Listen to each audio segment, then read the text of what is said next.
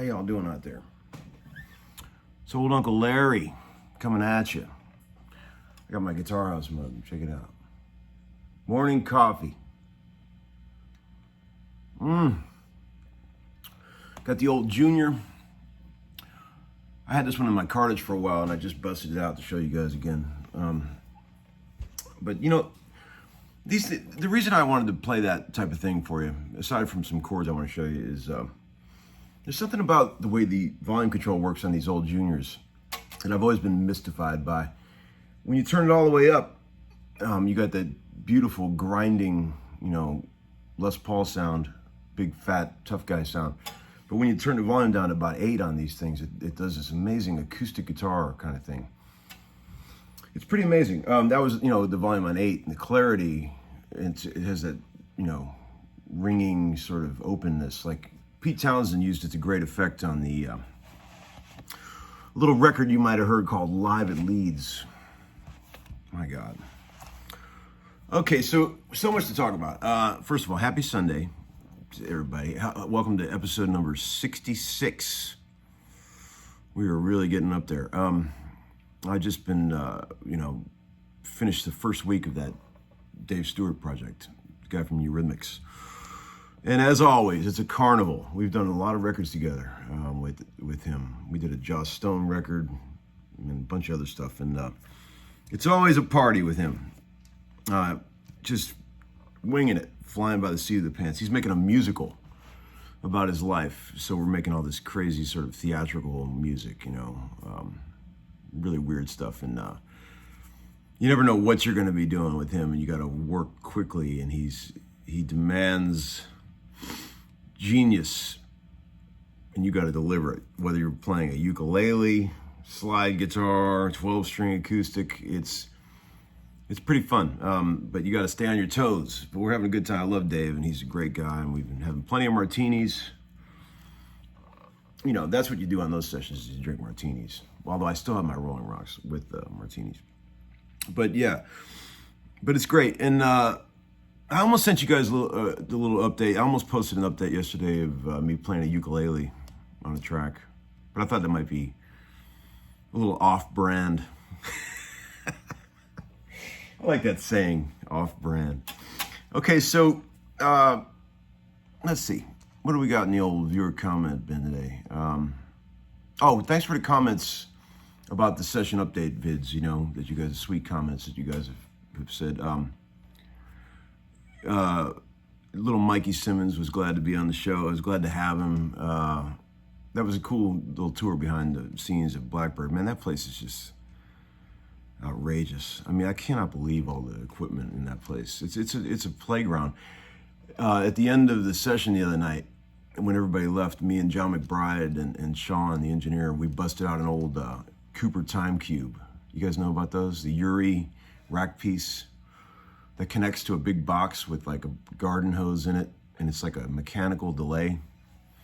They were pretty popular in the 70s. Joe Walsh, Bill Simzik used them a lot. Like the intro guitar on Life's Been Good, I got a bug flying around here. I don't know what it is. That guitar, if you listen to it real close, is Cooper Time Cube. It's like this real quick delay. It's a very cool sound. So we were having so much fun with that thing. We hooked it up, and man, when you got that kind of gear laying around, you might as well have some fun with it. Another guy said, I was talking about playing all those different instruments with Dave Stewart. One guy said, I've been meaning to answer this question for a while. He said, hey, Tom, I noticed you play lots of different instruments. Did you set out to learn as many as possible when you were a kid? Yeah, I suppose I, sort of did. I can play a lot of different things. I'm pretty proficient on piano. I mean, relatively speaking, I'm no Gordon Mote, but I can get by. I play a bit of bass, a little bit of mandolin, things like that. Not much of a drummer, although I wish I was.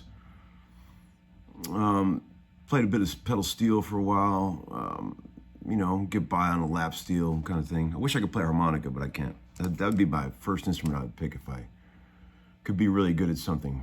I wish I could blow a wicked harp solo. That'd be amazing.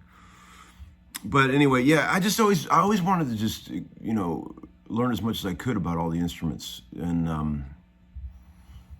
I think it's good to have guys around that play a lot of different things because they seem to be more creative. I find like some of the best sessions I'm ever on are when you got a bunch of guys who play a bunch of different instruments, multi-instrumentalists. It's like they think, they think like producers, and I like that. There's a few guys around here that are you get them in the studio and they're dangerous weapons because they can play anything. And once you get good at one instrument,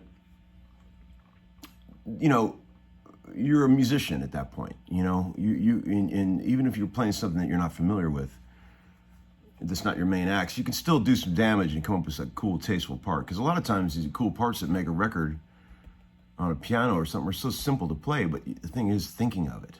You have to create the part. It's easy to play, but somebody has to write it, right? That's what I think about playing other instruments, and I think bass is my favorite instrument to play. I love playing bass. I mean, every guitar player loves to play bass, but man, I've played bass in bands and it's just a lot of fun, it's a cool instrument. So there's that. And then another guy said, Uncle Larry, as a former music store owner, which I was for 3 years, do you have any tips for music store etiquette? I like this question. Well, we had this little music store, me and my friend Rick, the Doctor. And it was like a used consignment shop, small little place in Nashville. And it was great because it was all funky old used gear. And we had an old turntable behind the counter and lava lamps and incense and vinyl records and plenty of booze and gambling was going on in that place. It was a real, it was an adult music store, and we used to have that turntable behind the counter. And people would come in and try out instruments, and a lot of good guitar players coming in there. And I always enjoyed it when somebody sat in the corner and tastefully tried out some stuff. We had guys like Guthrie Trapp and Doug Lancio and Andy Reese coming in there. They could really play. It was fun to just have them noodling around, And but every once in a while, some people would abuse the privilege. I do remember one day I was in there by myself and not particularly in a great mood, and this young hipster couple came in, a guy and his girl, and there was the one row was guitar stuff and the other row was bass stuff. So the guy picks up a guitar and he starts playing, and then his girlfriend goes over to the bass side and she starts playing along. And I could tell they were playing their little songs from their little hipster band, and they were doing it for a little too long, and I was not in the mood. So I walked right out there to behind the counter and I just took a Ronnie Lane record and I just put it on the turntable and turned it all the way up, right in the middle of it. They promptly put the instruments down and walked out. You can't do that kind of stuff, people. You can't go in a music store and pick up an acoustic and start singing your songs. Unless you're like Pete Townsend. Then maybe it's cool. But it amazes me how many people do shit like that. Kind of weird. But anyway, okay, here's some chords for you. This is a cool little thing. It's very reminiscent of the Worm section of Starship Trooper, but a little twist. So I was messing around with this chord voicing yesterday on the session. I thought it was cool. You take a G chord, right? But you leave the open string in the middle. And then you sus it. And then you move it down to the first fret.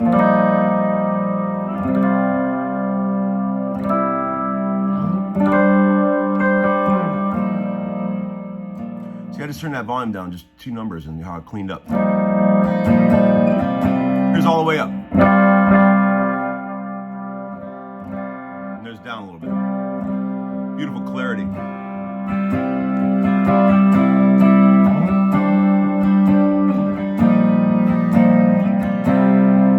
And here's a weird A flat major 7.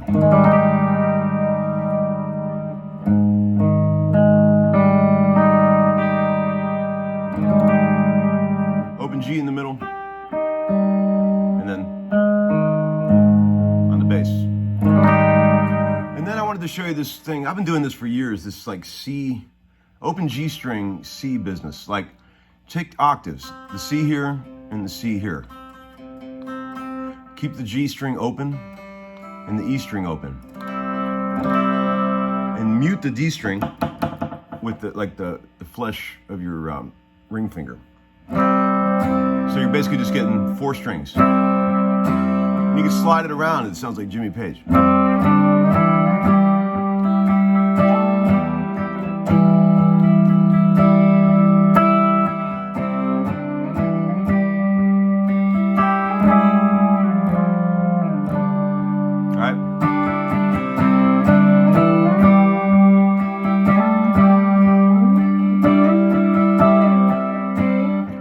Les Paul Juniors can you get that kind of intonation on?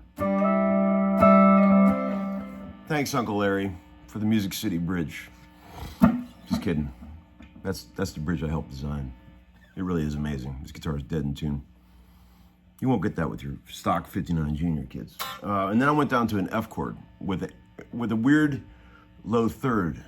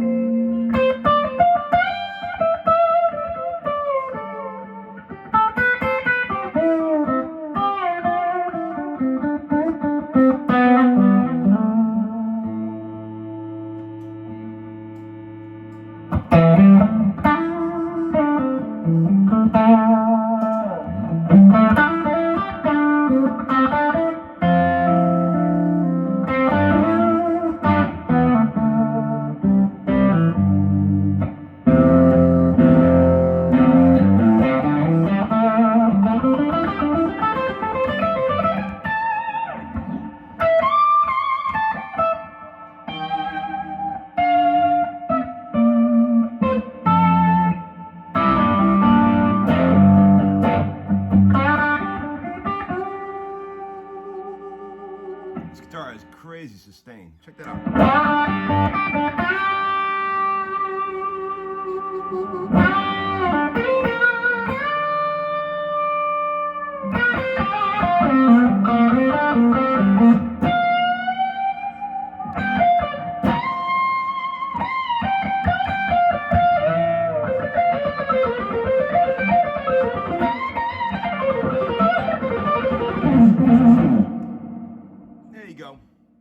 All right, so just some stuff to think about for this Sunday. I'll try to keep you posted with some more Dave Stewart madness. I'm going to try to get him on the show, and he really is a brilliant guy. You guys will get a kick out of him if I can get him to do a little interview. And that's about it for now. Enjoy your weekend, cats. I'll talk to you soon. Okay. Oh, also, by the way, Rumble Seat Music. Elliot, my dear man. Oh, man. He's a fun guy to trade guitars with. We bought and sold plenty of guitars together. He's a good guy. All right. See you guys. Bye-bye.